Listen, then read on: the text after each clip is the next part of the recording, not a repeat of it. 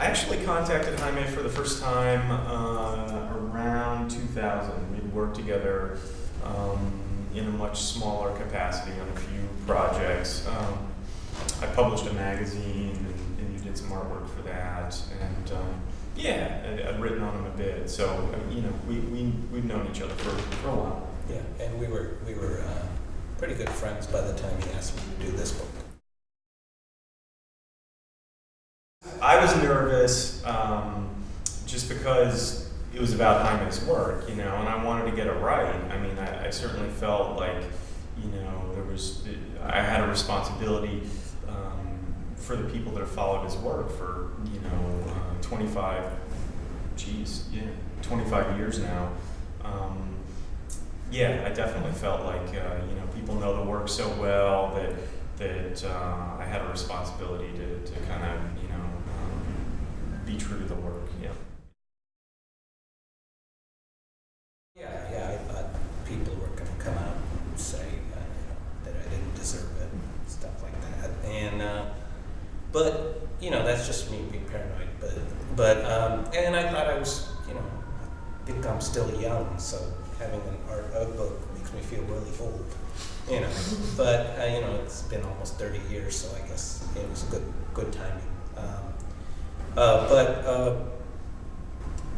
I don't know. I was just real flattered that he wanted to actually do this. You know, I was a little unprepared. You know, but it turned out really well. It was the stories, and in fact, I mean, one of the reasons his comics were so important to me personally at an early age is, you know, I was kind of a stereotypical comic fan growing up.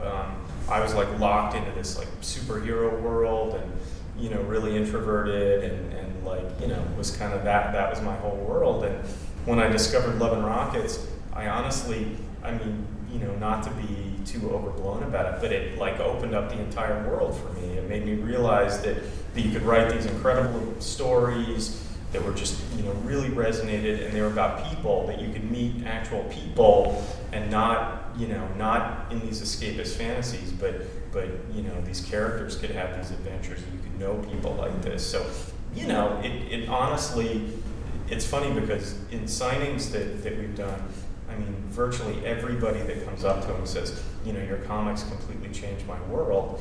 And in the letters pages in Love and Rockets, you know, from the beginning almost, you really get that sense of how important these stories are to people. And, you know, for me, it's the exact same way. But just, you know, incredibly important art to me, you know, probably more important than art in any medium throughout my life. So.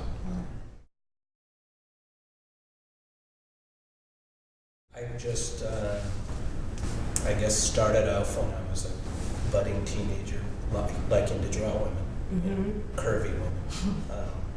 And by the time I started putting women in comics, I felt a responsibility that if I'm going to draw them as sexy as possible, I better back it up and give the reader something more.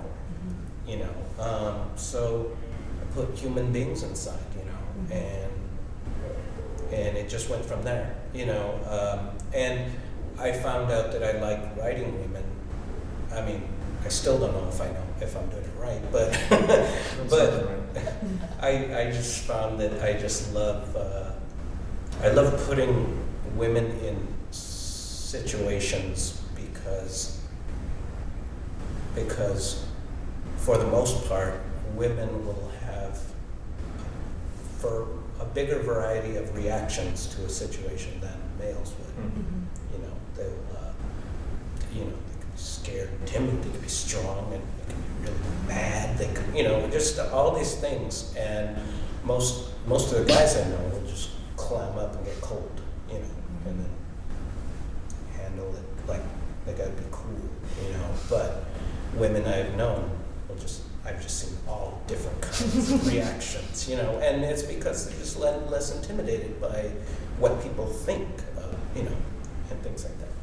Anyway, to make a long answer short, I like writing women.